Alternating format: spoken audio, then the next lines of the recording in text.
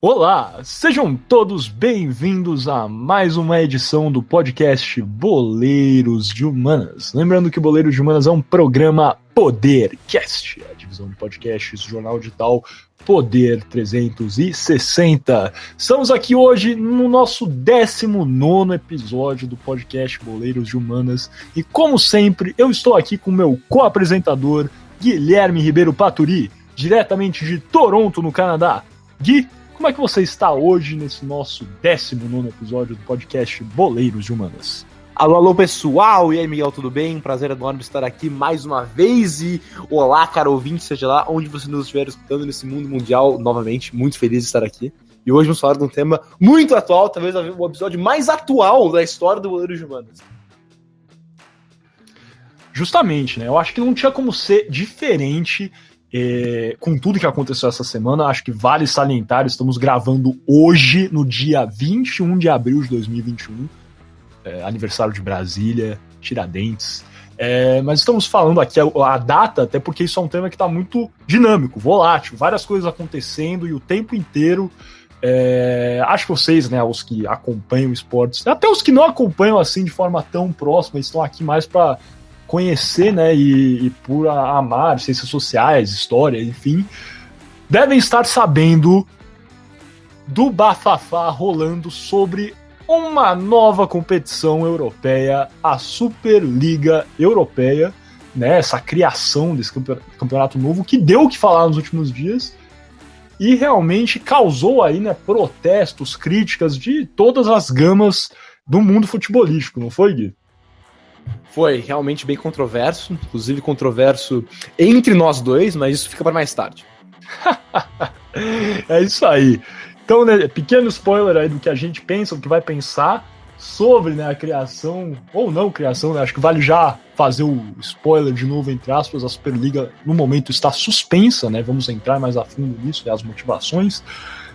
Mas sem mais delongas, então, vamos passar para o nosso primeiro bloco da exploração por trás da criação da Superliga, o kickoff.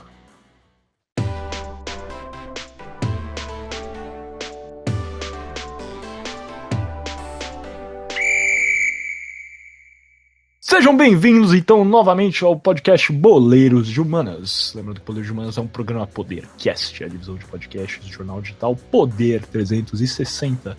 Estamos iniciando, então, o nosso primeiro bloco, o nosso tradicional kickoff. Eu já toco a bola diretamente para o meu querido Guilherme Ribeiro Paturi, diretamente de Toronto, que ele vai começar contando um pouquinho sobre a história da Champions League, não é, Gui? É o campeonato atual, continental, né, da Europa. Conta pra nós essa história, Gui.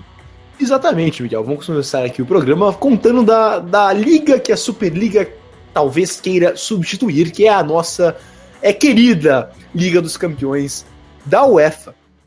E para começar a contar essa história, é interessante dizer que, na verdade, foram nós, sul-americanos, que inspiraram os europeus a criar uma competição continental. Porque, escuta só, depois do sucesso do Campeonato Sul-Americano de Campeões, disputado no Chile em 1948, Gabriel Hanot, que era um editor do grande jornal esportivo francês L'Équipe, começou a falar e a pedir a autoridades europeias que um torneio similar fosse implementado no continente. Depois de anos de conversa e de exploração no tópico, esse torneio saiu do papel em 1955 e foi chamado de Copa Europeia, ou o nome completo seria Copa dos Clubes Campeões Europeus. E a primeira edição da competição reuniu 14 campeões de diversas ligas domésticas europeias para disputar um mata-mata com partidas de ida e de volta, porque, de novo, nesse começo, era realmente uma liga de campeões, não existiam clubes que chegavam em quarto em suas ligas como é hoje.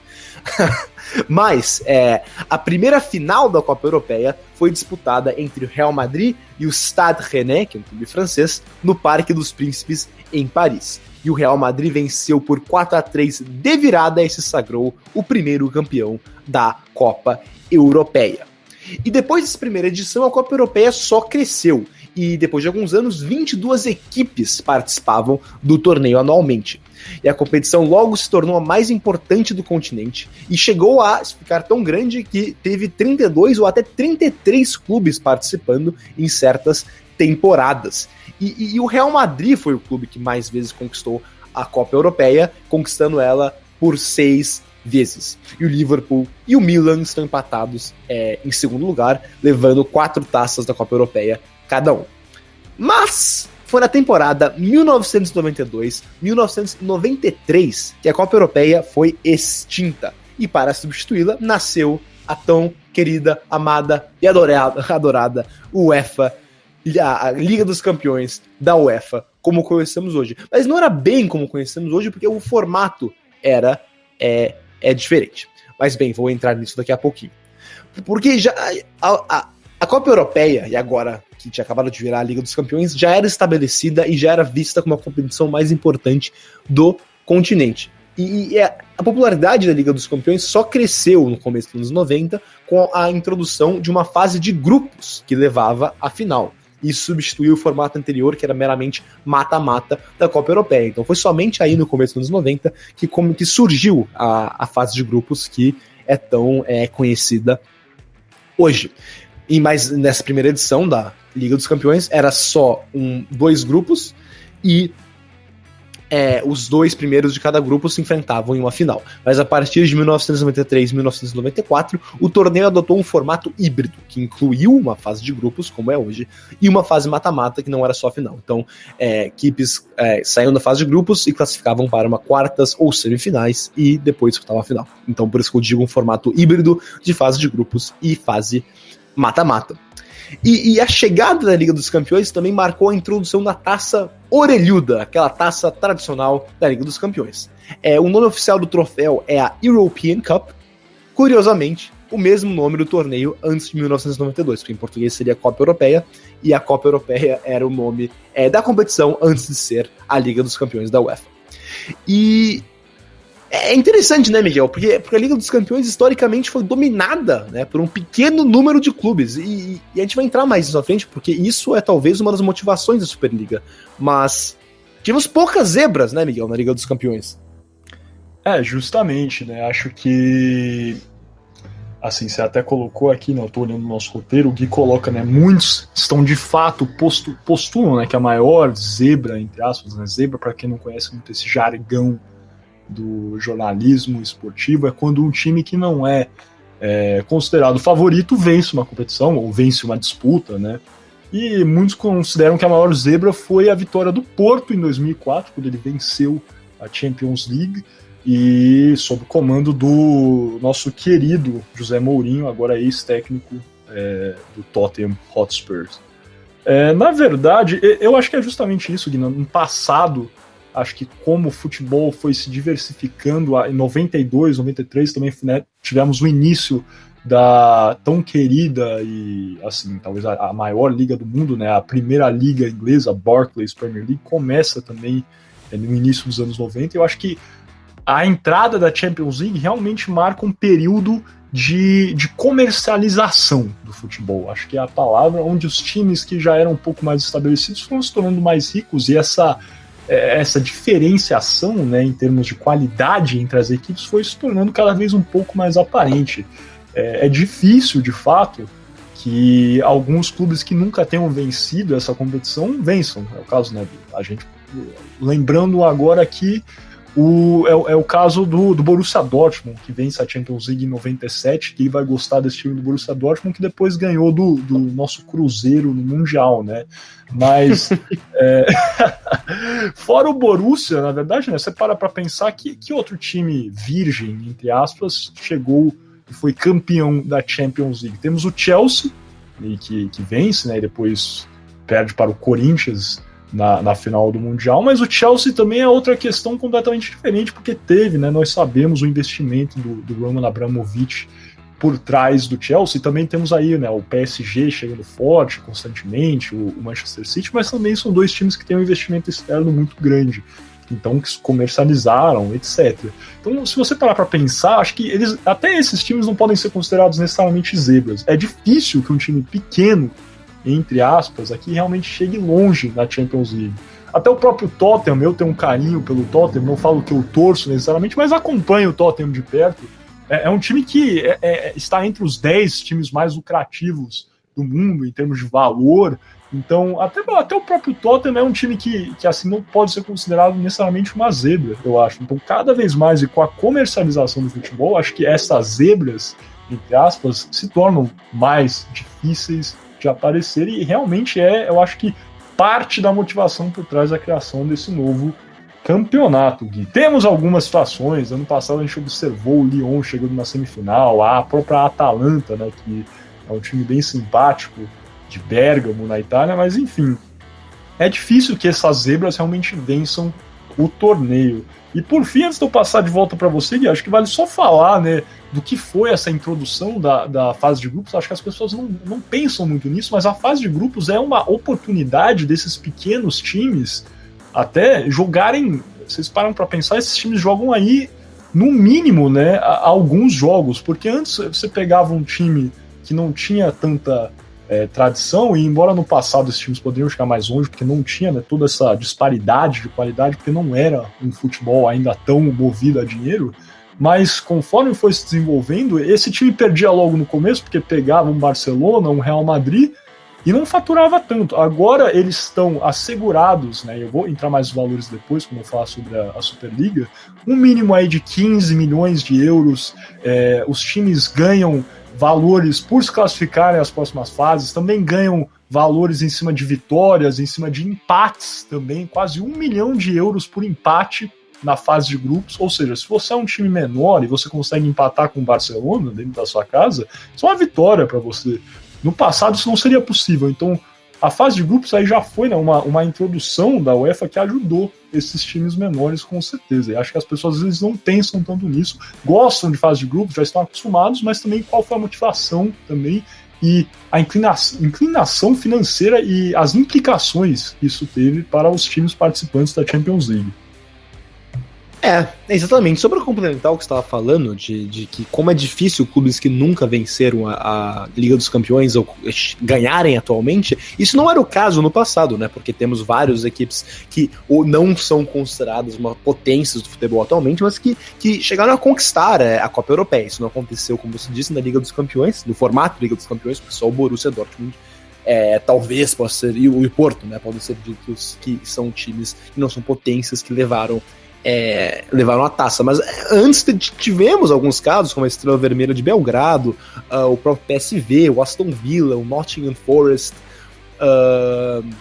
o Feyenoord ganhou, nosso querido Celtic, meu amigo. O Celtic, o Benfica, vários clubes, não quero dizer menores, mas clubes que têm menos tradição atualmente, que tem ligas menos competitivas ou menos investimento, chegaram a ganhar a Copa Europeia, coisa que hoje é praticamente impossível. Mas bem, para fechar esse bloco aqui, eu quero falar também de umas estatísticas gerais sobre a competição de clubes mais importantes do mundo do futebol. E vamos lá. Então, excluindo títulos da Copa Europeia, que a gente já falou, o clube que mais vezes conquistou a Liga dos Campeões foi o Real Madrid, com 7 taças. E logo atrás vem o Barcelona e o Bayern de Munique, empatados com 4 títulos cada um. E as únicas outras equipes que conquistaram a taça orelhuda mais de uma vez foram o Milan, em 3 oportunidades, o Manchester United 2 vezes e o Liverpool também 2 vezes. Agora, a maior goleada da história da competição foram 2, na verdade, que foram iguais. E as 2 foram por 8-0. Uma foi do Liverpool em cima do Besiktas em 2008 e outra do Real Madrid contra o Malmo em 2016. Mas considerando só as finais, a maior goleada foi quando o Milan derrotou o Barcelona por uma cachapante 4-0 na final da Liga dos Campeões de 1994. Agora, o maior artilheiro da Liga dos Campeões é o grande Cristiano Ronaldo, com incríveis 135 gols. Em segundo lugar vem Lionel Messi, com 120 tentos, e fechando o pódio vem Robert Lewandowski, com 73 gols marcados, bem atrás, o polonês. Mas agora o maior artilheiro da história da Copa Europeia é Alfredo Di Stefano, com 49 gols. Logo atrás vem o português Eusébio, ídolo do Benfica, com 47 gols. E em terceiro, o grande Ferenc Puskás, com 35 gols, tão grande que apelida o prêmio do gol mais bonito do ano, o grande Ferenc Puskás. E com isso, algo mais a declarar, Miguel? Não, podemos fechar esse primeiro bloco, Gui. Então fechamos agora o nosso kickoff e passamos para o nosso segundo bloco, Toco e Me Voe, onde vamos falar mais sobre essa tal Superliga.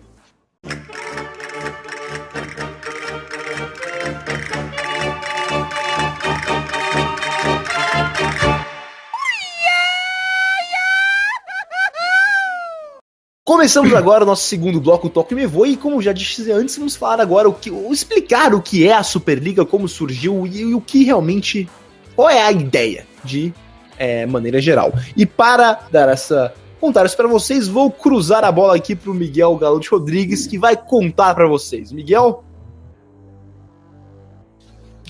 Muito obrigado, Gui, por essa ótima apresentação, e é justamente essa ideia aqui desse bloco, conversar um pouco sobre o que seria a Superliga, né? Como eu já falei no início do nosso podcast, a Superliga está no momento suspensa, então, no mínimo, assim, nos próximos anos, acho que não vamos ter este campeonato, mas é importante entender o que seria, quais foram as motivações e, né, depois vamos falar um pouquinho da repercussão, o que temos para o futuro, mas isso ficará para o nosso terceiro bloco, o nosso tradicional arremate.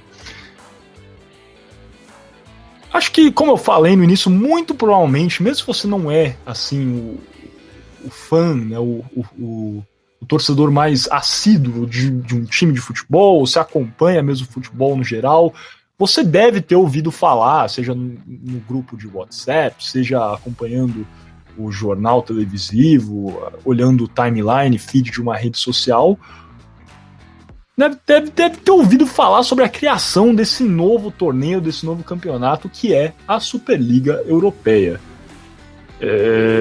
Então, o que foi exatamente esse campeonato? O que é esse campeonato e o que pode vir a ser, né, a competição, a Superliga Europeia? O que você precisa saber? No dia 18 de abril de 2021, diga-se de passagem, quase na madrugada, assim, perto da virada pro dia 19 de abril na Europa, 12 clubes europeus anunciaram um plano para a criação de uma nova competição continental intitulada European Super League, ou a Superliga Europeia. Os 12 clubes que criariam, né, fundariam essa competição nova seriam os espanhóis Real Madrid, Atlético de Madrid e Barcelona, os italianos Milan, Internazionale e Juventus, e os ingleses Tottenham, Chelsea, Arsenal, Manchester United, Manchester City e Liverpool. A ideia por trás dessa competição seria contar com 15 clubes fundadores fixos, ou seja, esses 15 clubes sempre estariam, né, na lista de participantes, e mais 5 clubes que se classificariam para a competição de forma anual. Então esses outros 5 clubes seriam rotatórios e teríamos aí, né, uma competição de 20 clubes. O lema da competição, em inglês, né, é algo como The Best Clubs, The Best Players Every Week, ou seja, os melhores clubes, os melhores jogadores toda semana. E é justamente, né, o lema, acho que traduz bem qual foi a ideia por trás da criação dessa nova competição. Realmente juntar aí os maiores clubes do mundo e formatar, né, uma competição que se baseia, né, na grandeza destes clubes. E como funcionaria a liga? Teriam os 20 clubes, né, que eu já falei, e eles seriam divididos em 2 grupos, ou seja, 2 grupos de 10 equipes. Teremos então 2 turnos, entre aspas, aqui, né, porque não é necessariamente que iam jogar com as equipes dos outros grupos, mas 2 turnos dentro do seu próprio grupo, onde cada equipe estaria garantida 18 jogos, comparando, né, com os 6 jogos que estão garantidos a equipes na Champions League. Realmente, aí se você for comparar em termos de tempo de transmissão, de exposição de marca, não tem a menor comparação entre os possíveis 18 jogos contra os agora assegurados 6 jogos da Champions League. Após os 18 jogos, os 3 primeiros colocados de cada grupo avançariam diretamente para as quartas de final da Liga. E o 4º e 5º colocados de cada grupo, respectivamente, jogariam uma espécie de repescagem para ver qual equipe avançaria, então, para as quartas de final da Superliga Europeia.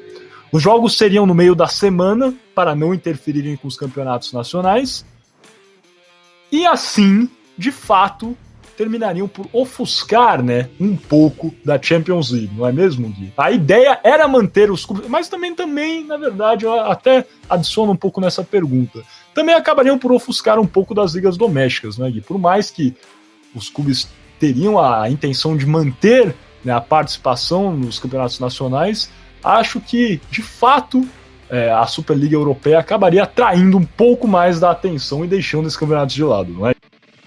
Ah, sim, eu acho que atraria, toda a atenção, principalmente de torcedores torcedores que não são desses países, que não têm um clube, que acompanham todos os jogos daquele clube, porque para torcedores casuais, do Brasil, por exemplo, pessoas que param para ver, às vezes, a Premier League no final de semana, ou a própria Champions, que é mais, pessoas veem mais, e bem provavelmente seriam abandonados essas competições para ver mais os jogos dessa Superliga.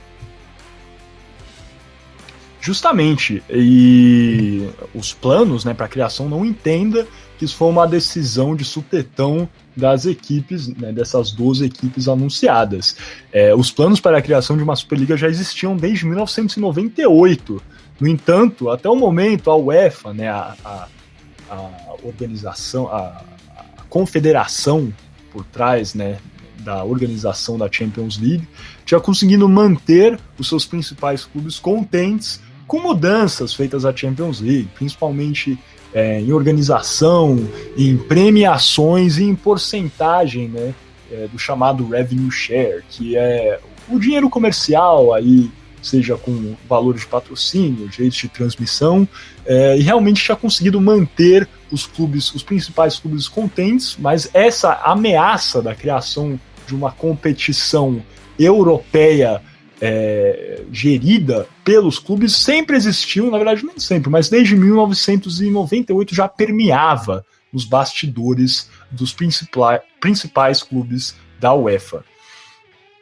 E, de fato, a principal motivação para a criação dessa European Super League, né, da Superliga Europeia, seria essa insatisfação dos principais clubes com os aspectos financeiros da Champions League. Na visão dos dirigentes, a organização da UEFA era incompetente em atingir o potencial máximo da competição. O monopólio, né, a UEFA, como eu falei, realmente organiza esse campeonato. Os clubes não têm participação, né, tem até um conselho, mas eles não têm de fato, né, componentes organizadores dentro da Champions League. Né, e o monopólio da organização não criaria, na visão desses principais clubes, um ambiente propício à melhora das condições financeiras da competição. Os lucros, portanto, para esses principais clubes eram muito menores do que eles poderiam ser na visão dos dirigentes. Aí levava uma perda, né, em todas as áreas, porque com lucros menores há menos dinheiro para investir, por exemplo, em áreas listadas como em infraestrutura, desenvolvimento de atletas, mercado de jogadores e até marketing, foram algumas das áreas lembradas por dirigentes, né, que comentaram a criação da European Super League. E é importante frisar aqui que o anúncio da Superliga ocorreu 2 dias depois do Comitê Executivo da UEFA anunciar planos para modificar a atual estrutura da Champions League. O novo formato teria início, né? Acho que ainda terá, na verdade não houve uma mudança quanto a isso, mas está programado para iniciar na temporada, né, de 2024-2025 e teria um formato semelhante até à Superliga, onde os times jogariam uma fase classificatória com 10 jogos, aí aumentando, né, os já 6 jogos que são assegurados a cada equipe na Champions League. Eu acho que é até representativo, né, Gui? Eu diria esse anúncio da Superliga alguns dias, né, 2 dias depois desse anúncio feito pelo Comitê Executivo da UEFA. A UEFA ainda está trabalhando, e ainda depois, né, da Superliga, eu vou entrar nos aspectos financeiros, a UEFA está trabalhando de fato em aumentar a premiação, o revenue share, para esse novo formato da Champions League, mas até o momento não anunciou grandes mudanças quanto a isso. Mas acho que é demonstrativo, né? É interessante ver que eu acho que os principais clubes viram essa mudança, mas ainda não se agradaram com o aspecto financeiro, Gui, para criar essa Superliga Europeia, você não diria? Sim, eu acho que eu vou falar mais sobre isso no nosso bloco de debate, mas eu também acho que talvez foi programado isso, para talvez pressionar mais a UEFA, algo assim, mas certamente é interessante como os clubes resolveram falar isso logo na época que a UEFA está planejando mudanças para a Liga dos Campeões. Justamente. E agora falando, né, só um pouquinho, a gente não vai conseguir explicar tudo, mas do que seria essa premiação da Superliga, e é uma premiação que seria exponencialmente maior do que qualquer competição atual. Cada clube fundador receberia algo em torno de 400 milhões de dólares para garantirem os padrões de excelência de equipes e infraestrutura da Superliga. Se você parar para pensar aqui, a Champions League, como eu já falei, né, e são valores da temporada passada, entrega a cada clube participante, né, na fase de grupos algo em torno de 15.250.000 euros por participarem, ou seja, isso é um valor assegurado para cada clube participante da Champions League e, né, não tem comparação com esse valor de 400 milhões de dólares que seria entregue a cada clube fundador dessa Superliga. O investimento inicial teria partido de um acordo com o banco norte-americano JP Morgan Chase. Inclusive o JP Morgan Chase tem certa importância no mundo do futebol, já teve participações ativas na compra do Manchester United por uma família de investidores americanos, né? Inclusive o agora, na verdade ainda é o atual, mas que irá sair no final do ano, vice-presidente de operações do Manchester United, era um ex-banqueiro, né, pertencente ao corpo do JP Morgan Chase, e o JP Morgan teria anunciado o investimento inicial, né, na Superliga Europeia, girando aí entre os 5 bilhões de dólares, ou seja, um valor realmente assim exorbitante. A Champions League, aí, né, também usando os valores da temporada passada, tem um investimento assim perto de 3,2 bilhões de euros, e o JP Morgan Chase já estava assegurando aí 5 bilhões de dólares para a criação desse novo campeonato. Os clubes teriam direito à totalidade de lucro sobre vendas de ingresso, ou seja, não teria nenhuma taxa de participação da organização, e, né, entrando agora no corpo do revenue share, os direitos comerciais, que eu acho que são, né, o mais importante aqui da questão, que de fato configuram o principal aspecto financeiro, porque premiação em jogos, etc., com certeza é importantíssimo, mas o aspecto financeiro, né, o marketing, os direitos de transmissão realmente são onde os clubes têm mais capacidade de garantir lucro. E a divisão, de acordo com o Financial Times, ficaria da seguinte forma: 32,5% dos direitos comerciais obtidos, né, iriam diretamente para os 15 clubes fundadores. 32,5% seria dividido de forma igualitária entre os 20 clubes participantes, ou seja, aí, né, por temporada incluiria os 5 clubes rotatórios. 20% seria dividido com base em resultados obtidos na liga, ou seja, quem ficou em primeiro receberia mais, segundo, etc., até o 20º colocado. E por fim, 15% seria dividido com base em audiência por jogo. E aí também tem conexão, né, com taxa de televisão, etc. E está diretamente atrelado à noção de que os principais clubes, aí, né, muitos dos 12 que eu já listei, incluindo outros da Champions League, são os principais atrativos, né, para a entrada de patrocinadores, para audiência televisiva. Então essa é a ideia, né, que esses clubes, que seriam os clubes fundadores, então teriam mais direito a esse revenue share do que os clubes menores, que na verdade estariam, né, na visão dos dirigentes, tomando uma carona junto a esses principais clubes nessa questão dos direitos comerciais. E 100%, então, desse revenue share seria revertido para os clubes. E aí uma grande porcentagem, de fato, seria revertida para os clubes fundadores. A gente tem, né, 32,5% assegurado para os 15 clubes fundadores. Quando, né, outros 32,5% ainda seria dividido de forma igualitária entre os 20, ou seja, não é que os 15 clubes fundadores estão só recebendo isso. Eles estão recebendo, né, se for parar para pensar, 32,5% dividido entre si, mais 32,5% dividido entre os 20 que eles estão incorporados. Então eles têm um direito a uma fatia realmente considerável desse bolo do revenue share da Superliga.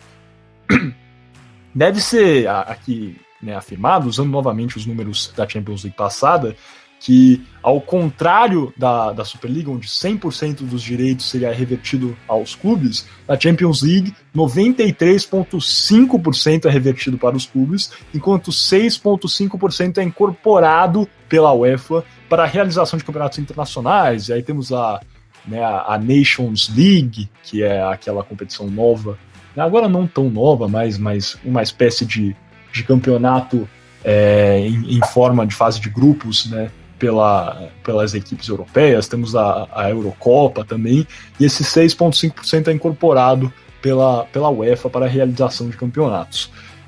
E, né, como eu já falei, tem uma divisão igualitária no início, né, cerca de 15 milhões, né, 15 milhões, 250 mil euros para cada equipe participante. É verdade que no final, na equipe que vence a Champions League pode ganhar cerca de 82, 83 milhões de euros. Só que quando você para pensar, né, que cada clube fundador da Superliga Europeia teria direito aí a 400 milhões de dólares só por participar da Champions League, esses valores realmente não tem como medir no mesmo patamar, né, as premiações, né, e o aspecto financeiro envolvido entre as duas competições. E como eu já falei, né, os grandes clubes se sentem traídos, na verdade, né, com essa divisão na Champions League, porque eles acreditam de forma fervorosa e vamos entrar mais a fundo nisso na hora do debate, mas acreditam que eles realmente trazem essa atenção, esse público, esse dinheiro, o patrocínio para a Champions League. Então não faria sentido eles receberem, né, valores igualitários a clubes menores. Acho que cabe agora só falar, para fechar esse bloco, né, um pouquinho sobre quem é o grande idealizador dessa liga. O Florentino Pérez, o presidente do Real Madrid, e ele, depois busquem aí no YouTube, fez diversas afirmações, defendendo fervorosamente a liga como uma salvação do futebol mundial. É importante frisar que o Florentino Pérez não estava só atrelando a criação da Superliga ao aspecto financeiro, mas também estava ligando a liga como uma forma de criar novos torcedores, que esses clubes de fato estavam jogando o melhor futebol do mundo, que a criação dessa competição salvaria o futebol, porque, e isso é uma citação direta dele, né, na verdade, que jovens estariam parando de assistir o futebol, que não era um esporte tão atrativo mais. Então isso seria, né, uma forma de dar uma sobrevida ao esporte que estava realmente passando por um período difícil. E ele foi anunciado como presidente da Superliga e era acompanhado também com declarações fervorosas pelo presidente da Juventus, Andrea Agnelli, que em sua parte seria o vice-presidente da Superliga. Alguma coisa a declarar sobre o nosso querido Florentino Pérez, Gui? Nada, por agora nada. Por fim, então, já que não vai falar nada sobre o Florentino agora, acho que cabe só falar, né, que essa situação financeira com certeza foi alavancada pela crise financeira provocada pela pandemia do Covid-19, né, que serviu como um empurrão para a criação da Superliga. E, né, não é nenhum segredo que a Covid-19 está realmente assolando os aspectos financeiros de clubes de futebol, e a gente vê isso de forma gritante no Brasil, mas também vê na Europa. Temos um levantamento do jornal The Independent que levanta as dívidas atuais dos times ingleses, né, que participariam dessa Superliga. É importante dizer que os times ingleses, os 6 times ingleses, são de forma corriqueira referenciados, né, eles são chamados do Big Six, que seriam os grandes 6 clubes ingleses que, enfim, tem mais exposição na mídia, tem equipes de forma geral um pouco mais competitivas, e seriam de fato os 6 que eu já levantei no início do bloco. Mas o Independent levando aí a dívida de cada clube. Eu vou listar agora, né?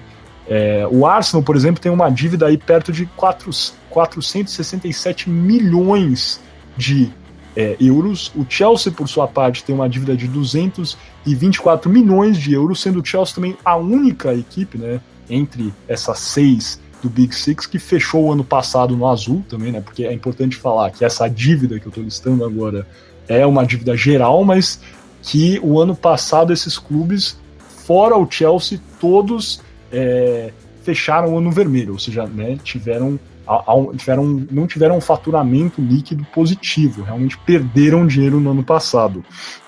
O Liverpool, por sua parte, tem uma dívida aí avaliada em 445 milhões de euros. O Manchester City tem uma dívida aí perto de 233 milhões de euros. O Manchester City, inclusive, né, que eu acho que vários vão saber, que é apoiado pelo Citigroup, o grupo do Qatar, ligado à realeza Qatari, e que mesmo assim tem uma dívida aí milionária e também que não teve um ano com lucro, né, em 2020, para vocês entenderem como de fato a pandemia da Covid-19 teve um efeito assim realmente forte no mundo do futebol para até o Manchester City passar por dificuldades. O Manchester United tem uma dívida de 890 milhões de euros e o Tottenham tem uma dívida aí a maior entre os 6 principais times ingleses de 1,1 bilhões de euros. E muito disso tem a ver, né, com a construção do estádio do Tottenham, que com certeza é o estádio mais moderno do mundo. Foi um projeto bilionário, de fato, e que o projeto foi completo em 2019, ou seja, logo no momento em que a pandemia se iniciou, ou seja, foi difícil para o Tottenham de fato acompanhar esse aspecto financeiro de dívidas contraídas com base nessa construção do seu estádio. Então, acho que é importante pensar também, né, como esse aspecto financeiro e a dívida da Covid-19 realmente impulsionou, acho que, a criação da Superliga neste momento. É óbvio, também tem a situação, e a gente vai entrar mais a fundo nisso, de como essa dívida tem impacto nos clubes menores, com certeza, mas isso a gente deixa para o nosso último bloco, as nossas alternadas. Mais alguma coisa para adicionar ou podemos fechar o nosso Toque Me Voe, Gui? Nada, vamos para o arremate. Perfeito, então. Então, fechando o nosso segundo bloco, Toque Me Voe, passando para o arremate.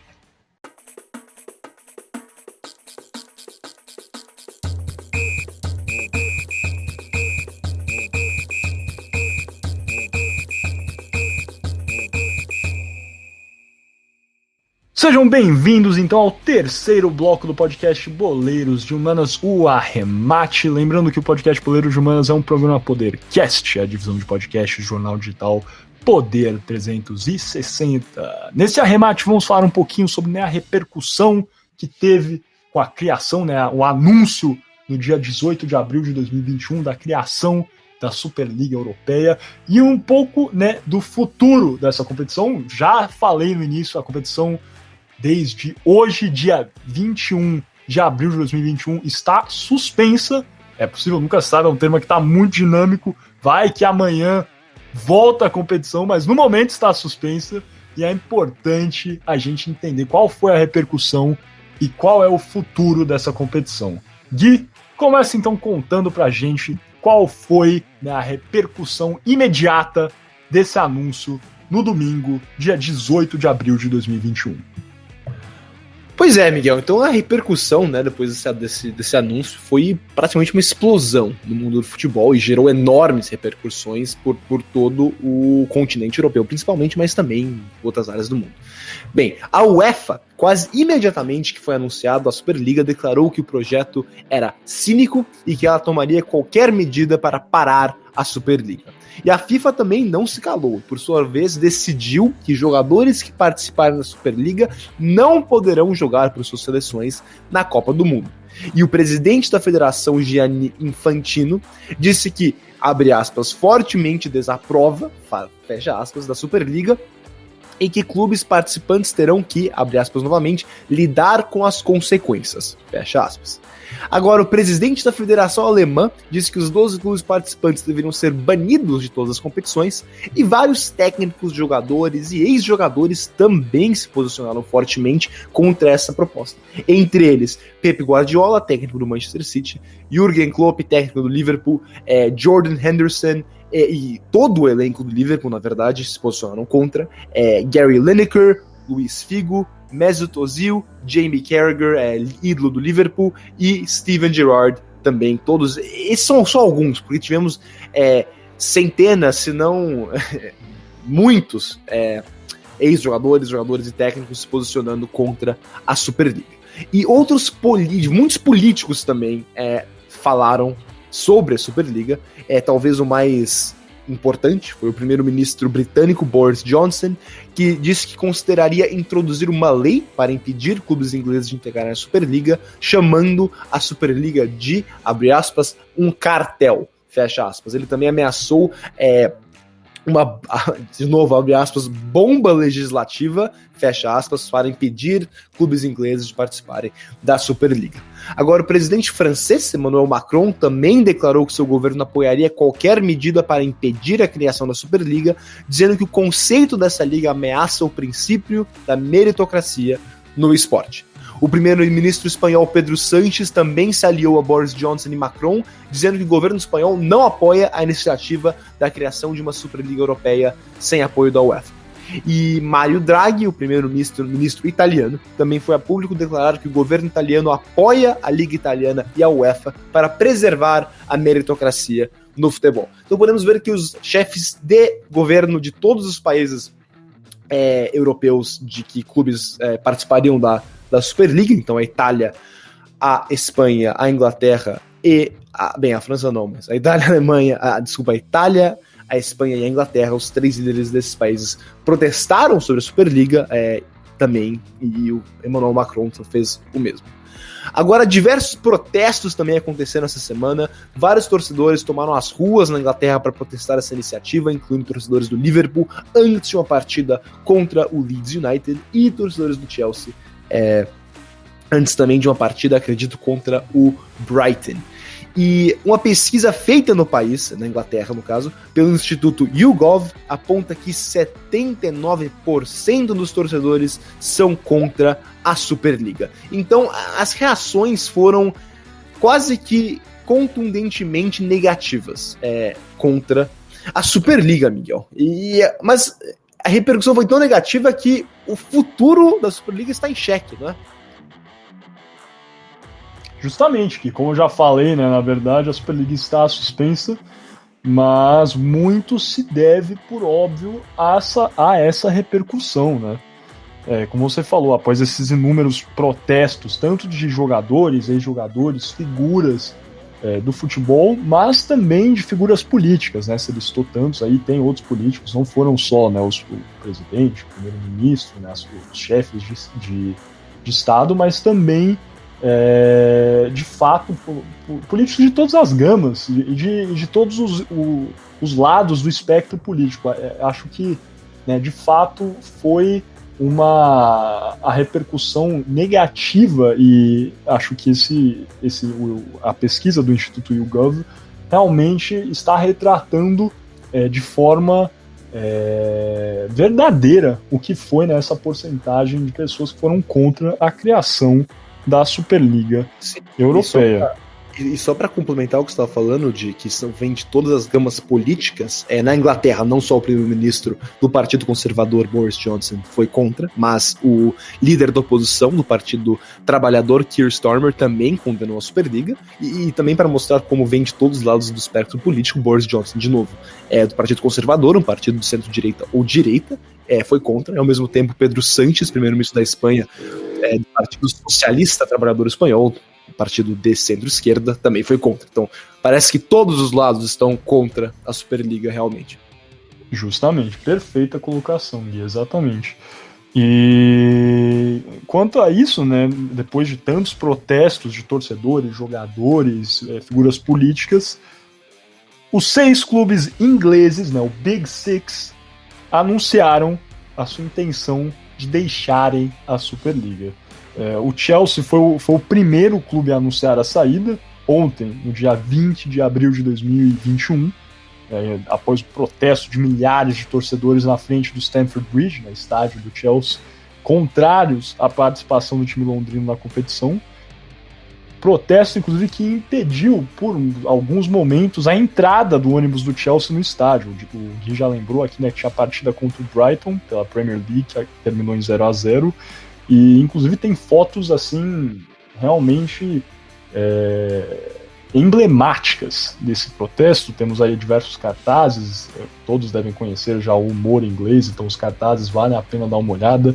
Mas acho que a foto mais emblemática é quando o ídolo do Chelsea, o ex-goleiro e dirigente Peter Cech, teve que descer, né, do ônibus para intervir, tentar conversar com os torcedores para abrir passagem para o Chelsea poder entrar no Stamford Bridge e jogar contra o Brighton. Chelsea, então, é o primeiro time a anunciar a saída, seguido logo após pelo Manchester City, que anunciou também ontem, no dia 20 de abril de 2021, que ia deixar a Superliga. Logo após, os outros 4 clubes ingleses anunciaram a retirada no mesmo 20 de abril de 2021. Com a saída dos clubes ingleses, a direção da Superliga anunciou que iria redesenhar, né, que ia formatar de novo a competição, e o Agnelli, presidente aí da Juventus, também vice-presidente da Superliga, culpou o Brexit pela saída das equipes, porém disse que ainda acreditava no sucesso da competição, mesmo com essa declaração que o Big Six iria se retirar da Superliga. No mesmo dia, no entanto, logo após essa declaração do Agnelli, o Atlético de Madrid, a Internazionale e o Milan anunciaram por meio de nota oficial que estariam começando o processo de retirada da Superliga. E após a retirada dessas 3 equipes, o Agnelli deu uma declaração também informando que estaria iniciando o processo de retirada da Juventus, dizendo que o torneio não tinha mais condições de prosseguir. E apesar do silêncio do Barcelona e do Real Madrid, um anúncio oficial da Superliga determinou a suspensão do projeto. Então, por hora, no dia 21 de abril de 2021, a Superliga está suspensa, né? Temos aí, dos 12 times que tinham anunciado a sua participação como clubes fundadores, 10 anunciaram sua saída. Temos 2 clubes, o Barcelona e o Real Madrid. É importante falar que o presidente do Barcelona anunciou que ia colocar a questão para a votação dos sócios do clube, mas no momento, né, esses 2 clubes, Barcelona e Real Madrid, mantiveram um silêncio quanto à saída da competição. Então a competição não está necessariamente cancelada, mas está suspensa pelo momento e parece que ficará assim, no mínimo, por hora. Não é, Gui? Pois é, parece que essa competição viveu por somente 2 dias, mas eu acho que não é a última vez que vamos ouvir falar dela. Podemos falar mais disso no nosso bloco de debate, mas eu acho bem difícil que essa é a última vez que vamos ouvir falar talvez venha com outro nome, mas do conceito dessa Superliga Europeia. Com certeza, né? Como eu já falei anteriormente, é uma questão que está presente aí desde os anos 90, então, assim, eu acho que não será, de fato, a última notícia que vamos ler sobre a criação da Superliga ou, como você disse, uma outra competição gerida pelos clubes que tente suplantar uma nova competição continental na Europa. Algo mais a declarar, Gui? Vamos passar para a segunda parte do nosso podcast. Nada mais, podemos encerrar essa primeira parte. Eu acho que ficou bem completa, bem didática e bem boa, deixando a humildade de lado. Perfeito, então vamos fechar esse terceiro bloco do podcast Boleiros de Humanas e fechando também a primeira parte aqui do Boleiros de Humanas. Lembrando sempre que foi um prazer ter você aqui, cara ouvinte, nessa exploração. Espero que você tenha entendido um pouco mais dessa questão econômica, financeira, de revenue share, que é complicada de fato e que eu acho que está no centro da questão da criação da Superliga. Convido você a pesquisar, a assistir a entrevista do Florentino Pérez, que é bem didática também, acho que demonstra mais das questões por trás da criação dessa liga, a pesquisar fotos, olhar, né, realmente o que foi os protestos na Inglaterra e no mundo. E como sempre, convido você a compartilhar, comentar, se tiver alguma crítica. Realmente, nós estamos aqui no Boleiros de Humanas para crescer e crescer em conjunto com você, caro ouvinte. Convido de novo você para clicar, se você estiver em alguma outra plataforma que não o YouTube, no link da nossa segunda parte, onde teremos o nosso quarto bloco, o Shootout, aquele jogo rápido de perguntas e respostas sobre o tema debatido hoje, e o quinto bloco, as alternadas. Já falamos bem das alternadas hoje, hein? Nosso tópico de debate meio tema livre, acho que hoje já vou dar um spoiler, vai ser se o apresentador é a favor ou contra a criação da Superliga ou uma competição semelhante, e também vamos ter a participação de um convidado especial, Gabriel Franco, publicitário formado pela SPM de São Paulo, que também trará um pouquinho dessa visão de marketing, realmente de revenue share, com um pouco mais de especialidade ao assunto. Sem mais delongas, então, muito obrigado pela sua participação na nossa exploração e até a próxima.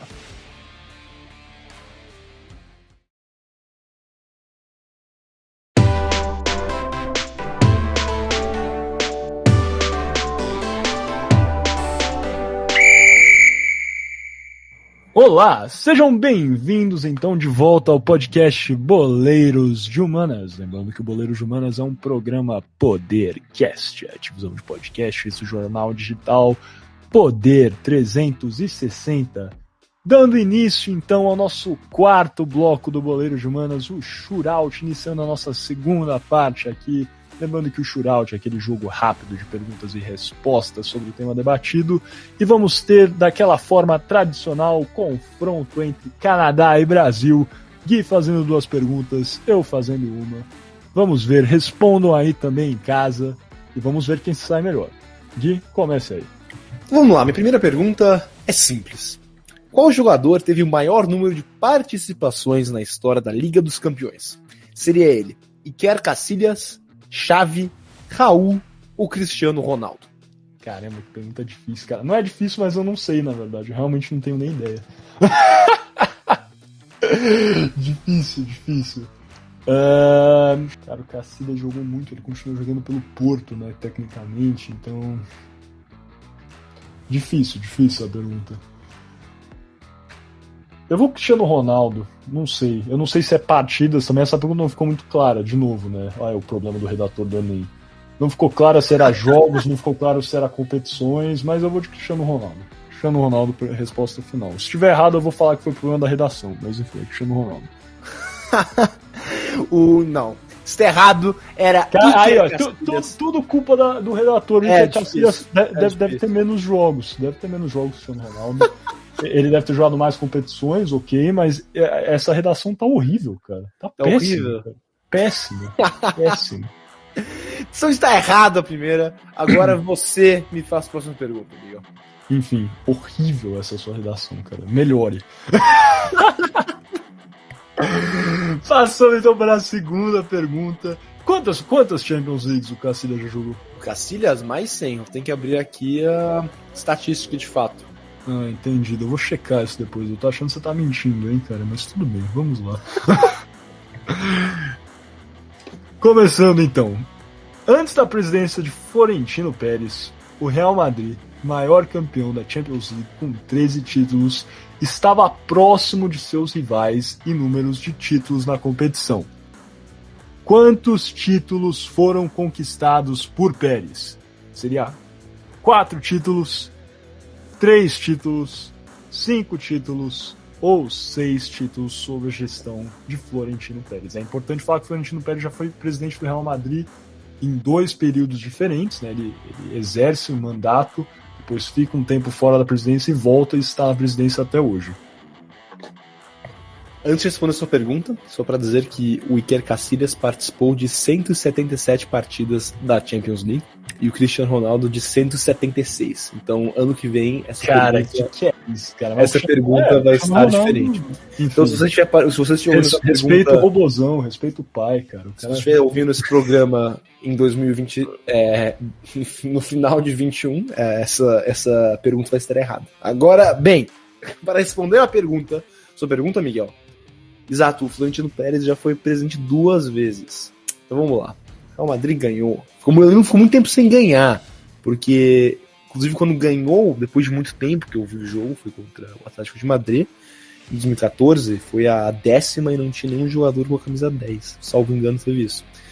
Mas, bem, ganhou em 14, ganhou em 17, ganhou do meu Liverpool em 18. 3? 3. Ah, não, teve outra. Ganhou em 16 também, não ganhou? Agora eu estou na dúvida. Seria 4, então? Vamos de 4. 4. Minha resposta final é 4. 4 Champions League, o Florentino Pérez teria ganho? Teria ganho 4 Champions League. Essa é a resposta final mesmo? Final. Tem certeza disso? Espero que sim, mas acho que sim. Certeza absoluta? Absolutíssimo. A resposta está erradíssima.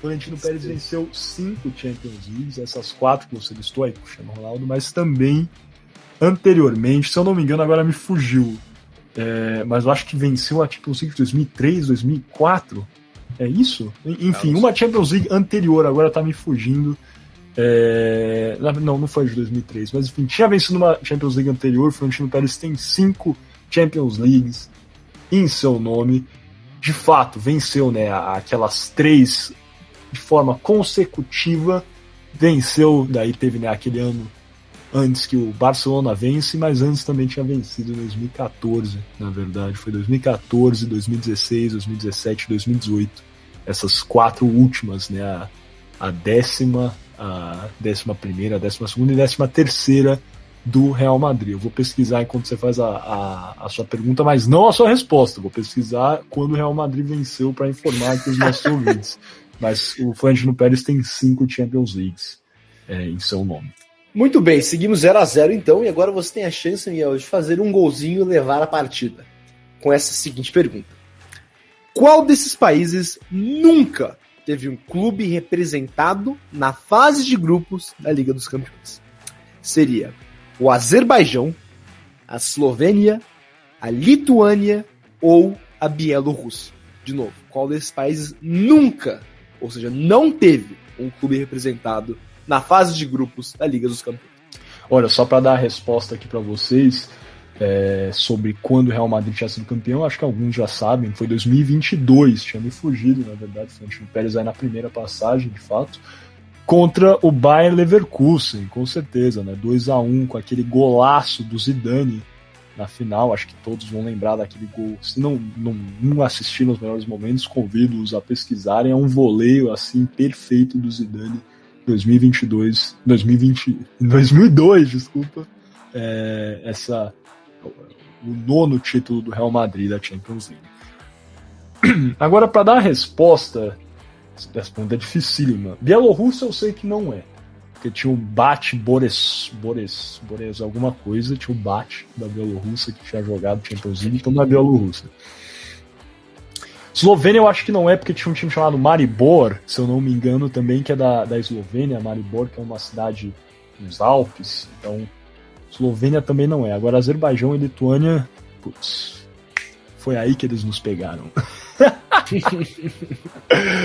Cara, sinceramente eu acho complicado, mas eu vou de Azerbaijão pelo tempo de associação à UEFA, mas também eu não sei quando eles se associaram exatamente, ou se você está de novo aí dando problema em redação, se você está incluindo a Copa Europeia, né? Então, aí, de novo, o Enem tá precisando recontratar o redator, cara, mas eu vou de Azerbaijão. Azerbaijão, resposta final. Tem certeza da sua resposta? Certeza absoluta, cara. Isso não funciona comigo. Isso tá errado, isso tá errado. Que é isso? Que time do Azerbaijão já jogou a Champions League? Não era Azerbaijão. Com certeza era um time da União Soviética que ficava no Azerbaijão. O cara... É que o G é diferente. O G tem um chapéu ao contrário. Mas o Qarabag, não podia não se pronunciar, digamos Qarabag, o Qarabag, disputou a fase de grupos na temporada 2017-2018, sendo o Qarabag é do Azerbaijão? Eu não sabia do Azerbaijão.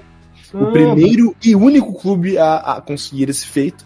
E a Lituânia, impressionantemente, nunca. Nenhum dos 3 países bálticos, nem a Lituânia, nem a Letônia, nem a Estônia, tiveram um clube na fase de grupos da Liga dos Campeões. Mas eu conheci o Qarabag, de fato, mas eu não sabia que era do Azerbaijão. Nossa, realmente, bem lembrado. Na verdade, eu não sabia, né? Então, muito obrigado por me ensinar.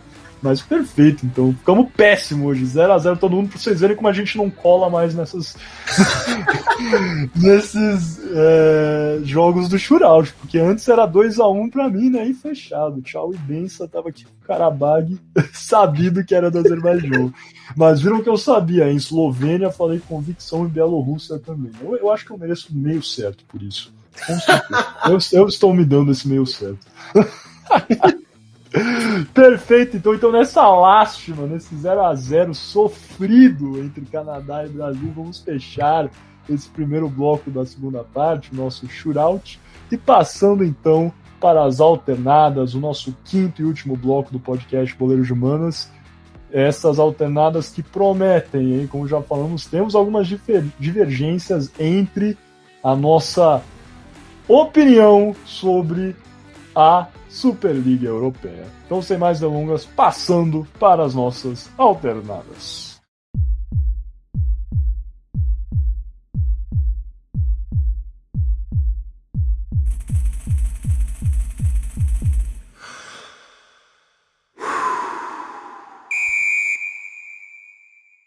Sejam bem-vindos de volta, então, aqui ao nosso quinto e último bloco desse 19º episódio do podcast Boleiros de Humanas. Lembrando que o Boleiros de Humanas é um programa Podercast, a divisão de podcasts do jornal digital Poder 360.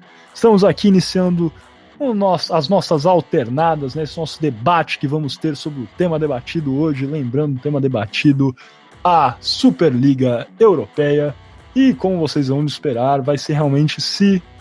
você é a favor, não vai ter uma pergunta de fato, será de fato a pergunta se você é a favor ou contra a criação de tal competição.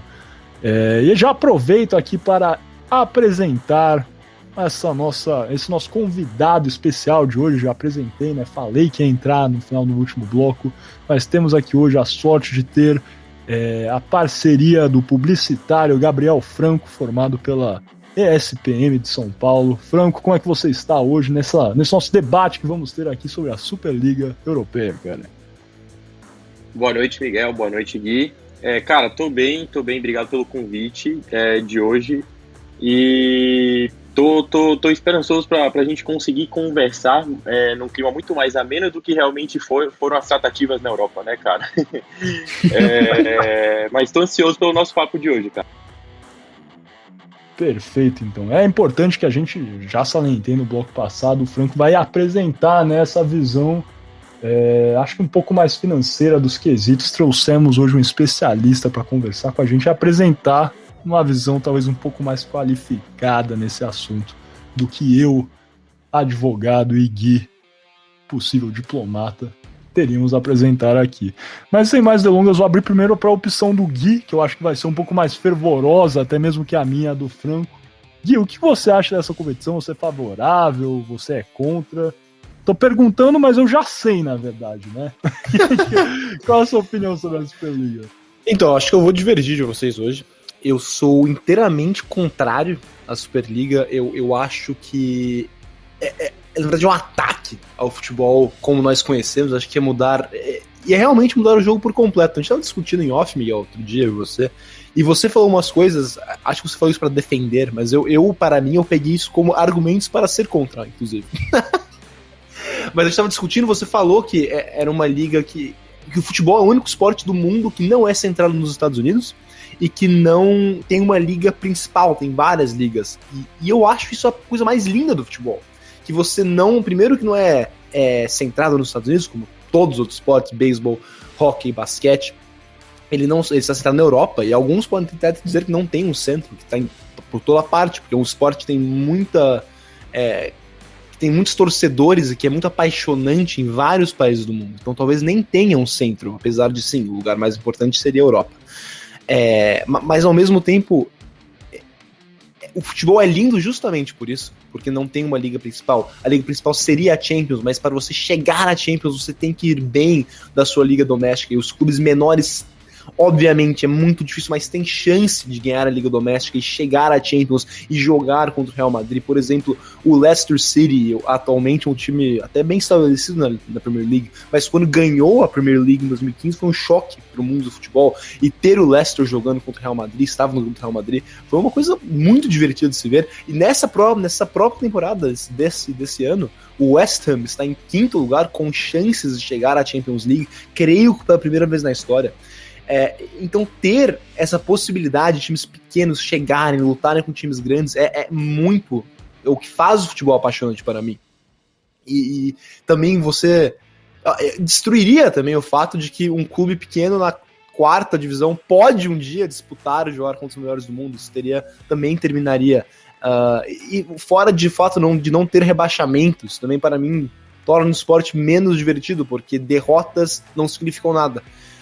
Então esse é o meu parecer inicial. Eu sou contra. Antes que eu abrir para o Franco, eu já vou dar o meu parecer inicial. Eu sou favorável à criação da Superliga. Que choque, eu sei. Pois é, ainda mais um boleiro de humanas a favor de uma coisa assim capitalista e opressora como a Superliga Europeia. Mas eu vou falar a verdade. Primeiro que eu acho que é bom ter uma discordância. Talvez até aflore um pouco da minha opinião para a gente ter um debate melhor. Aqui a miúde, nós concordamos muito no boleiro de humanas, mas nesse tópico eu acho realmente uma proposição interessante do Florentino Pérez, que eu pessoalmente aprecio muito. As pessoas agora estão com hate contra o Florentino Pérez, acho que até demasiado, porque as pessoas esquecem o que o Florentino Pérez realmente significou para o futebol. Falei, o Florentino Pérez tem 5 Champions Leagues e muito do que o Cristiano Ronaldo eu gostaria de pensar que foi o Florentino Pérez que trouxe isso, né? O Florentino Pérez que monta esse time do Real Madrid, que é um dos melhores da história, com certeza. Cara, o Florentino Pérez, assim, é impossível, acho que, medir o que ele já fez pro futebol e o que ele estava tentando fazer, na verdade. A começar, Gui, que eu falei, né, a gente estava conversando em off, que o futebol é o único esporte no mundo que não tem uma liga principal, que todas as outras estão centradas nos Estados Unidos, e você ainda está tocando, né, que o futebol de fato é um esporte muito regional, que tem todo esse aspecto romântico, saudosista. Inclusive, antes de começar a gravar aqui, o Gui estava recomendando que o São Paulo ficasse com o Morumbi do jeito que está. É muito fácil para ele falar isso, porque ele torce para o Atlético Mineiro e tem investimento do Rubens Menin, que está construindo um estádio novo para o Atlético. Mas, enfim, o futebol, acima de tudo, é um negócio.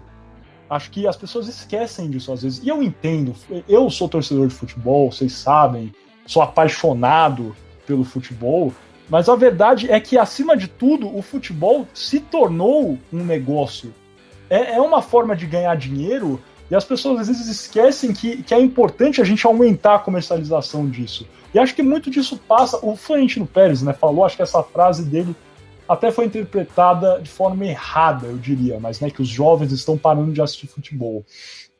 Mas eu estava assistindo os programas esportivos, né, todos comentando, e eu não lembro exatamente qual era o canal, mas um jornalista falou que acho que os jovens, na verdade, têm dificuldade, né, de ficar atraídos a um determinado tópico. Isso é verdade, cara. Quantas vezes eu, até, que sou apaixonado por futebol, tô assistindo o jogo, começo a mexer no celular, começo a, enfim, abro uma coisa no computador, sabe? Acho que, às vezes, realmente, a nossa geração tem dificuldade de focar.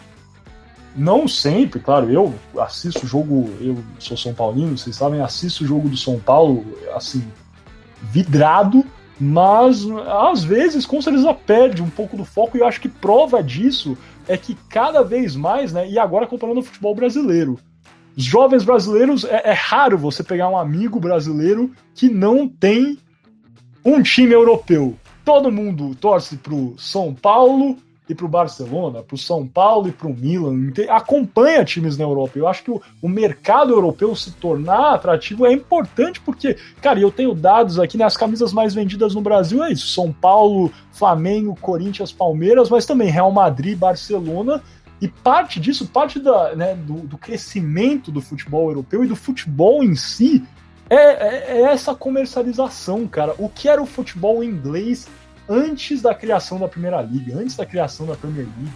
E acho que há uma comparação aí a se fazer, né? Porque antes da criação da Premier League, o futebol inglês era regido 100% pela Football League, né? Era pela Federação Inglesa.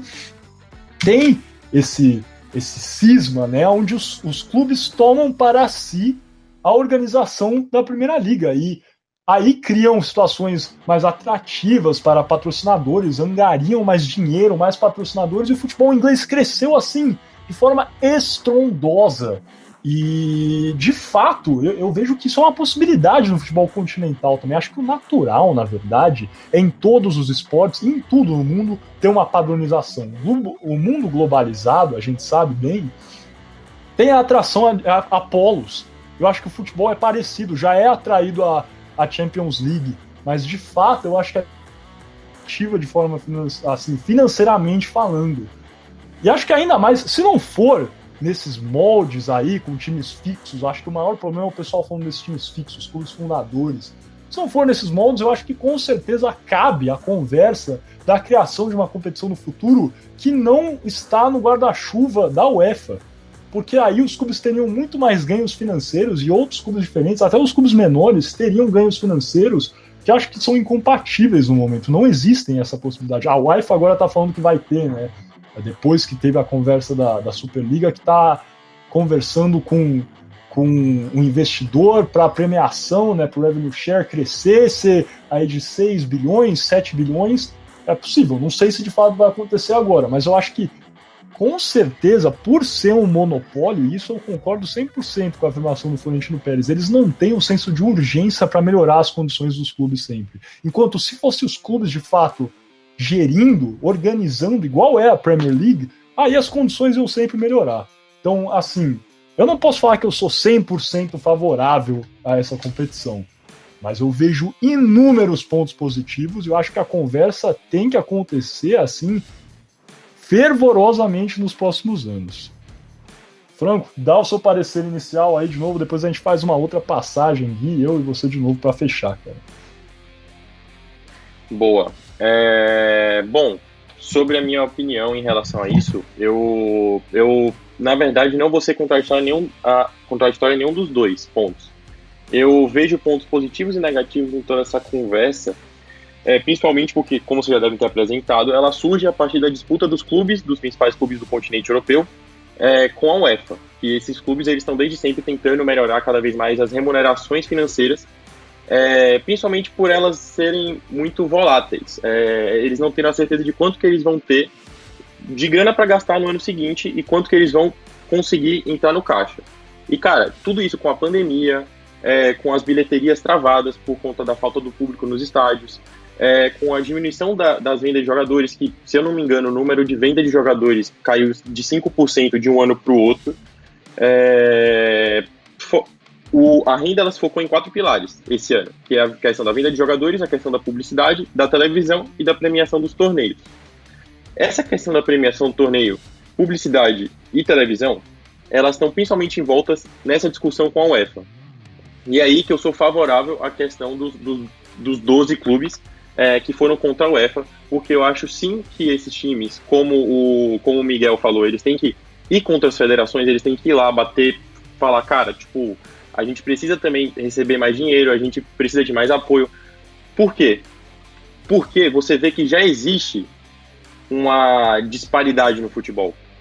Eu peguei uns dados aqui de todos os convidados, todos, considerando os 15, até os 3 que recusaram, que foram o Bayern de Munique, o PSG e o Borussia Dortmund. Nas últimas 16 edições da Champions League, todos eles foram finalistas. A última edição, que pelo menos um dos 15 times não foi finalista, foi justamente o ano da zebra, que foi o ano de 2004, na qual Porto e Mônaco jogaram a final, que o Porto ganhou de 3-0. Então, cara, você já tem uma disparidade no mundo do futebol, que os clubes de pequeno porte, eles não têm voz para levantar para a UEFA. Então, esses caras, esses 12 clubes, que eles são os clubes com mais torcida, os clubes com mais renda de camisa, tanto na Europa quanto fora da Europa, eles têm sim que ir para cima da UEFA. Eles têm sim que cobrar a UEFA uma repartição mais igual das rendas. Porque isso também acaba matando o futebol. Isso acaba trazendo o futebol com ar de tornar o futebol algo comum. Porque por mais que a gente fale, poxa, cara, é muito triste eu não ver um campeão como o Leicester City foi na temporada de 2016 na Premier League, como a gente não vê um Ajax que chegou na semifinal de Champions League e foi eliminado no último lance por conta de um gol do Tottenham, cara, a gente tá vendo cada vez menos isso. E isso já é por conta da falta da ida dos clubes em contrapartida à UEFA. Esse é o ponto que eu sou a favor. Agora, eu concordo muito com o Gui no que ele fala que essas questões elas acabam matando o futebol. Por quê? Porque muito do que os clubes e muito, na verdade, do que os torcedores têm de paixão se desenvolveu por conta do futebol ser um jogo imprevisível. Eu acho que se você mantiver uma liga com os mesmos participantes ano após ano, você vai manter uma constância, você vai aumentar essa disparidade que já existe, mesmo com os mecanismos de solidariedade que eles falaram que seriam muito maiores do que os que a UEFA já dá para os times que não são participantes das competições continentais deles, e você acabaria tornando o jogo mais previsível ainda. Então, você acaba realmente matando um pouco da emoção do futebol com isso. Assim como eu também acho que a UEFA mata um pouco e aumenta essa disparidade, mantendo no nível que é a competição hoje em dia. Então, assim, se eu tivesse que ter uma opinião, e eu tenho ela, eu acho que não é apenas o top 12 de clubes ou o top 15 de clubes irem atrás da UEFA e acabar por excluir os outros. Eu acho que eles teriam que juntar um conglomerado de clubes para poder falar com a entidade. Porque se a gente parar para ver um discurso de, cara, como que isso fica em relação aos outros clubes? Parece que 12 clubes ricos foram lá e falaram, cara, a gente quer criar a nossa liga para poder a gente ganhar mais dinheiro e vocês que se virem. Sendo que o futebol já é algo que não vem apresentando tantas mudanças em relação a campeões de campeonatos grandes, como, por exemplo, as últimas Champions Leagues. E se a gente for pegar até a Europa League, os últimos campeões são muito parecidos. Sevilla ganhou diversas Europa Leagues recentemente. Então, eu acho que é isso, sabe? Eu acho que é certo os clubes irem contra a UEFA, mas não apenas um pequeno conglomerado de clubes. Eu acho que eles têm que se reunir para bater de frente com essa confederação, com a FIFA também, já que a UEFA é uma repartição, é um braço da FIFA. E eu acho que é isso, cara. Eu acho que esse é o caminho que os clubes têm. Perfeito, Franco. Agora passando a bola de novo para o Gui. Gui, sua resposta a tudo que já foi. Olha, eu acho, ouvindo aqui, que nossas opiniões não são tão separadas quanto eu pensei que seriam no começo, porque, pelo que eu entendi, Miguel, você me corrige quando você for falar, se eu estiver errado, mas pelo que eu entendi, você tem as suas ressalvas também devido ao formato da competição, e esse é o meu maior problema, porque eu acho injusto que esses 12 ou 15 clubes fundadores tenham sempre o direito de participar. Por exemplo, o Arsenal, que vai ser um clube fundador, não se classifica tem umas 2-3 temporadas para a Liga dos Campeões, mas agora vai sempre poderia sempre jogar a Superliga. Isso parece injusto. O Tottenham também não se classifica com tanta frequência e jogaria todas. E isso para mim é um absurdo. E enquanto temos equipes que podem, talvez, às vezes chegam, às vezes não, tipo o West Ham, que agora talvez, como eu falei, tá para chegar, o Leicester, que chega de vez em quando também, vão ser inteiramente excluídos.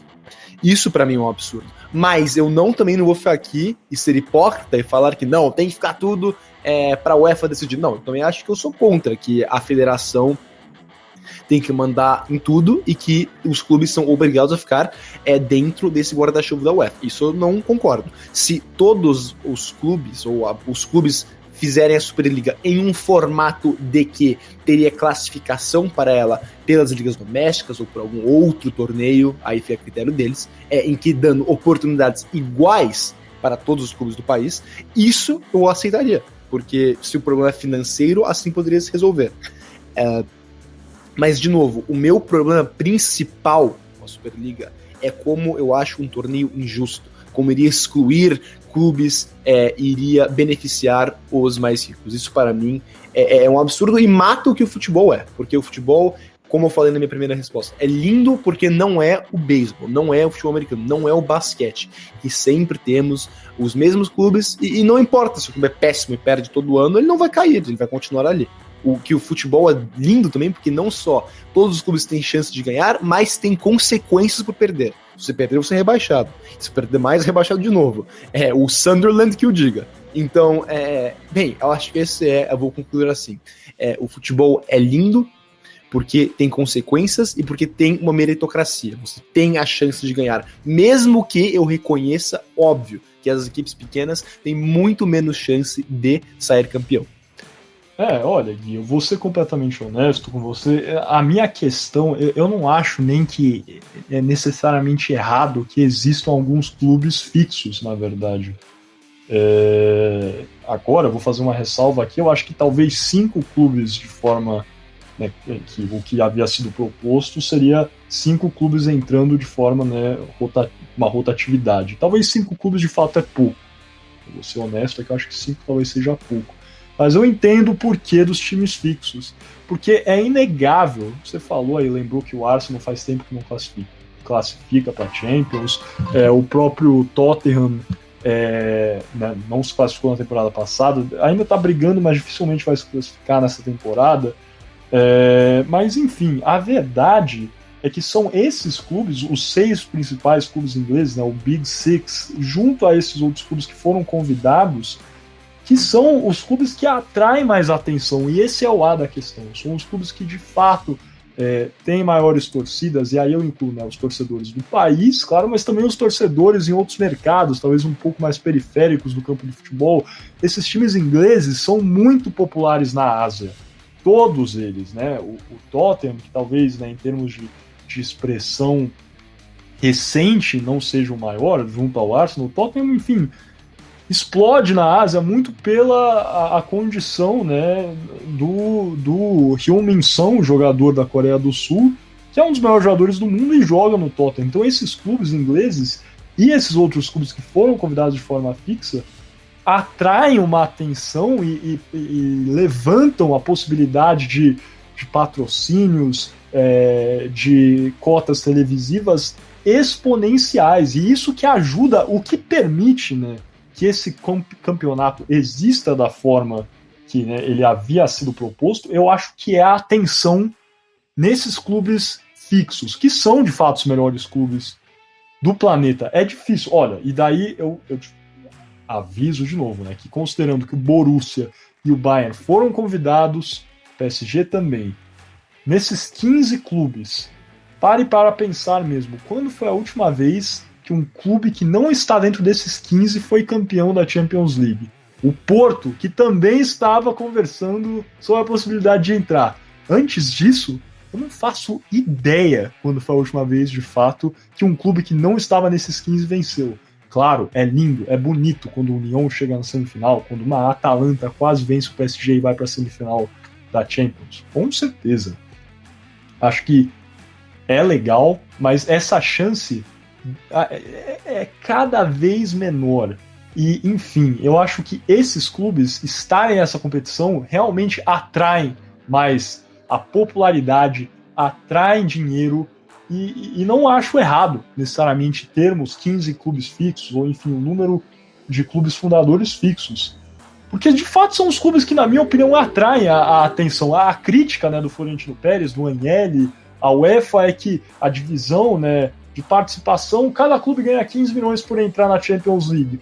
Mas quando, na prática, né, o Real Madrid representa uma porcentagem de retorno para a UEFA infinitamente maior do que como era o nome do Azerbaijão agora, do time do Azerbaijão? Karabag, que me fugiu agora o nome, até porque, de fato, qual é o retorno que o Karabag vai dar? Legal, acho interessantíssimo que o Karabag receba um pagamento, justamente porque é difícil um time desse chegar à fase de grupos e até avançar mais adiante.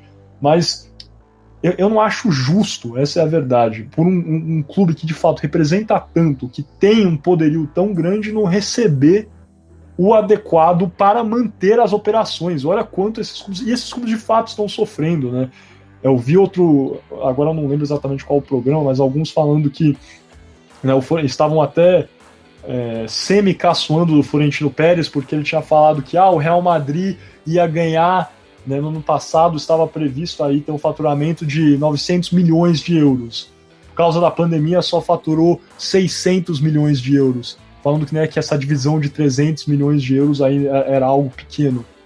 Meu Deus, né? Por favor, para mim, assim, se você vai na padaria e o saco de pão francês custa R$6 e você tem 5, você já não compra o saco de pão francês. Imagina se você gere um clube que tem aí precisa ter um faturamento milionário para pagar jogador, custear estádio que está reformando o Santiago Bernabéu, pagar categoria de base, time de basquete, time feminino e tantas outras modalidades que o Real Madrid tem, e manter, né, o corpo de funcionários aí que também, né, sofreram na pandemia. Pensa que o Real Madrid, quantos cozinheiros tem o Real Madrid, quantas pessoas trabalham no marketing do Real Madrid.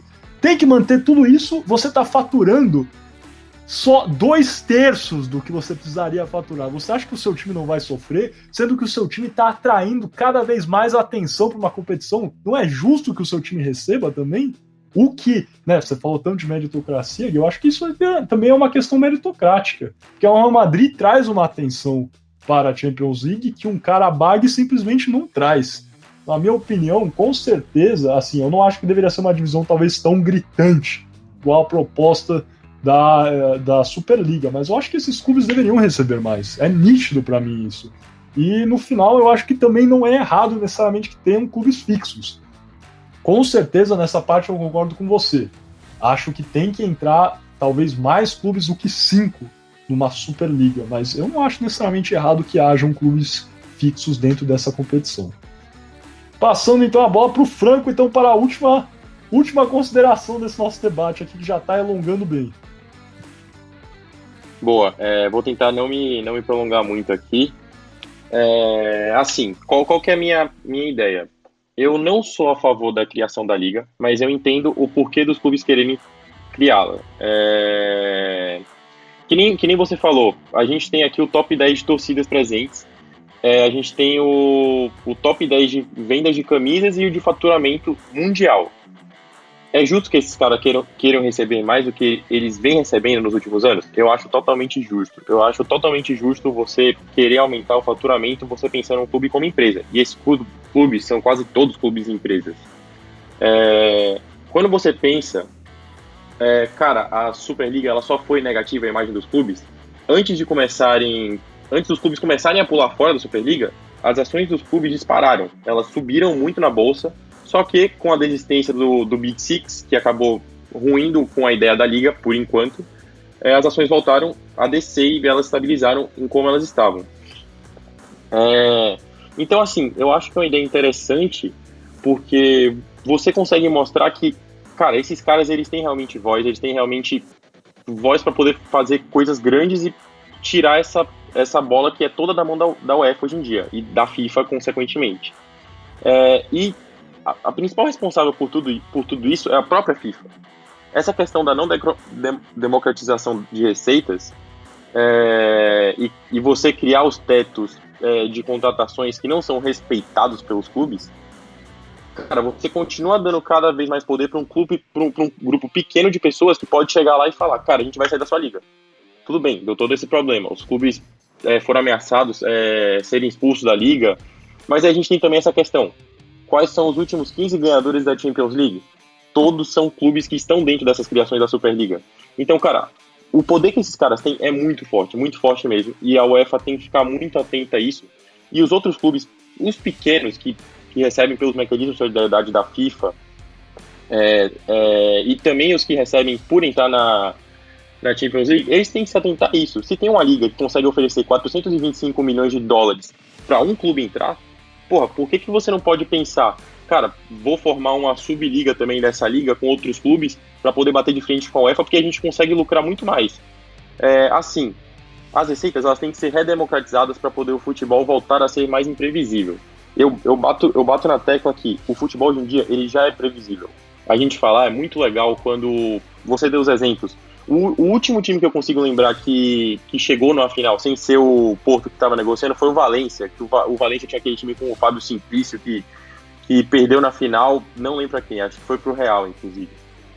Mas é muito difícil acontecer, muito, muito difícil mesmo, porque os clubes eles têm um grande histórico de manter jogadores bons, sempre manter trabalhos, manter treinadores bons de ponta, e eles acabam aumentando esse abismo financeiro entre os clubes nesse modelo da UEFA. Então, cara, eu acho que a Superliga ela não deveria ser vista como uma afronta aos clubes pequenos, mas sim como uma oportunidade dos clubes pequenos pensarem, cara, a gente tem que bater de frente com esses caras também. Quando que a Premier League começou a voltar a ser uma liga de destaque? Quando ela começou a democratizar as receitas. Agora você tem uma cota de patrocínio gigantesca para poder entrar na Premier League. E assim, se você não conseguir um patrocínio como clube da Premier League, você joga com a camisa lisa. A Premier League te paga para poder jogar. Então, cara, não tem porque a democratização ela não ser favorável para o futebol. Você eleva o nível dos torneios porque você consegue elevar a prática do esporte, porque, por exemplo, o que eu acho que o CEO do Bayern, quando ele falou que os clubes eles precisam diminuir as receitas, diminuir os gastos, na verdade, eu acho isso um pensamento pequeno, para ser sincero. É lógico, o cara é um CEO do Bayern, pô, quem sou eu para poder discordar do cara? Mas tudo que gera uma diminuição de custo, você tem uma diminuição de investimento também, e você tem uma dificuldade de você gerar um desempenho melhor de qualquer coisa, seja uma empresa ou seja um clube. Principalmente num clube que você precisa sempre ter um gasto com o desempenho dos atletas constante.